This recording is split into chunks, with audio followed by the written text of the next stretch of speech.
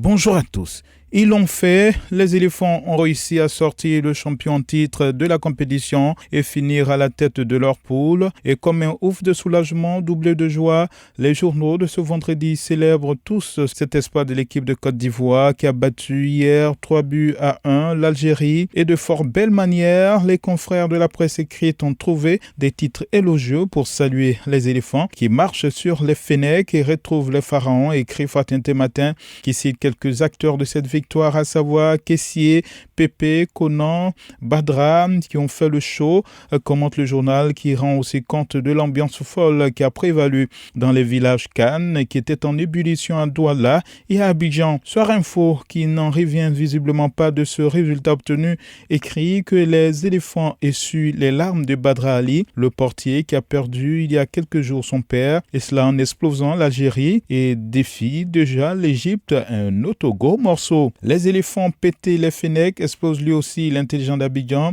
Ils sortent le champion d'Afrique avec panache, souligne l'Inter qui rapporte les propos de Franck Kessié, l'homme du match pour qui, par ce résultat, l'équipe de Côte d'Ivoire a réglé un contentieux avec l'Algérie qu'il avait sorti des quarts de finale à la CAN 2019. Le patriote, dans le même temps de la célébration de cette victoire, s'exclame « Admirable éléphant », relevant qu'ils sont premiers de leur poule avec 7 points.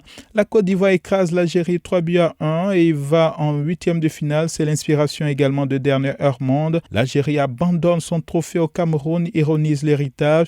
Également le rassemblement qui, avec un humour typiquement ivoirien, écrit « Éléphant connaît pas champion en titre ». Et que dire de Super Sport, journal spécialisé en information sportive? Eh bien, comme un entraîneur, ce confrère écrit « Éléphant, c'est comme ça un champion joue pour remporter le trophée ». Passé cette euphorie de la victoire de la Côte d'Ivoire, les journaux reviennent à leurs divergences, notamment en politique, avec la reprise hier des discussions du dialogue politique. Et c'est Le Matin qui donne le là, lui qui nous conduit dans le secret du huis clos d'hier, évoquant des débats houleux sur le choix des thèmes et présentant les lignes défendues par le gouvernement et les partis politiques.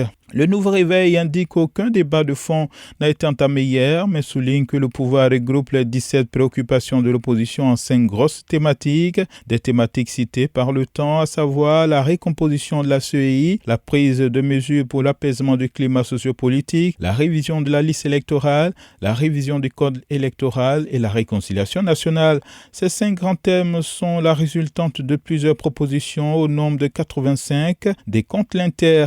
Dernière Heure Monde informe de son côté que l'opposition maintient ses principales revendications. Le journal met en avant les 14 doléances de Bédier, le président du PDC-RDA, et retient 4 points majeurs pour lui: le découpage électoral, l'audit de la liste électorale par des experts internationaux, la réforme de la CEI et la mise en place d'un conseil constitutionnel consensuel. Promotion des PME, des petites et moyennes entreprises, invité de la tribune du confrère Le Patriote, le ministre Anoblé Félix, sans détour, nous apprend ce confrère qui avance quelques indications. Les PME représentent 20% du PIB, 12% de l'investissement et emploient 23% de la population active, dixit le ministre qui affirme que le gouvernement a fait du secteur privé sa priorité pour qu'il soit le levier de la création de richesses et d'emplois décents et durables surtout. Et c'est pourquoi des soutiens sont apportés à ce secteur pour qu'il joue ce rôle, explique le ministre Anoblé. Bonne gouvernance, c'est le Nouveau Réveil qui rapporte les propos du secrétaire général de la Haute Autorité pour la bonne gouvernance. Malgré les exigences de la loi, depuis 2015, des ministres et des députés n'ont pas déclaré leur patrimoine. Dans ce journal, Henri-Augustin Aka indique que sa structure a identifié en 2020 7000 assujettis et pour l'instant, le taux de déclaration est de 79%. Culture, selon Fatin Matin, la Côte d'Ivoire et la France préparent une loi cadre pour la restitution des biens culturels. Et dans ce sens, l'émissaire français en charge de ce dossier a échangé avec la directrice du Musée des Civilisations au Plateau. Merci et bonne lecture à tous. Radio de la paix. Se parler, s'écouter, se comprendre.